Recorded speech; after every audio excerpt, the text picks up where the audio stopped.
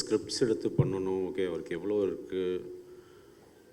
So இந்த team and Vishnu விஷால்ட் எல்லாம் வந்து இவங்க வீட்டுக்கே போக மாட்டாங்க. ஷூட்டிங் போயிட்டே இருக்குது. நம்ம போயிட்டு ஏங்க நீங்கள் இந்த வீட்டுக்கெல்லாம் போக மாட்டீங்களா? ஒரு ஹீரோ அப்படியே இங்கே கிடக்கிறாரு, இந்த படம் நல்லா வரணும், இந்த ஷாட் நல்லா வரணும், இந்த நம்ம சொன்ன விஷயம் நல்லா வரணும்.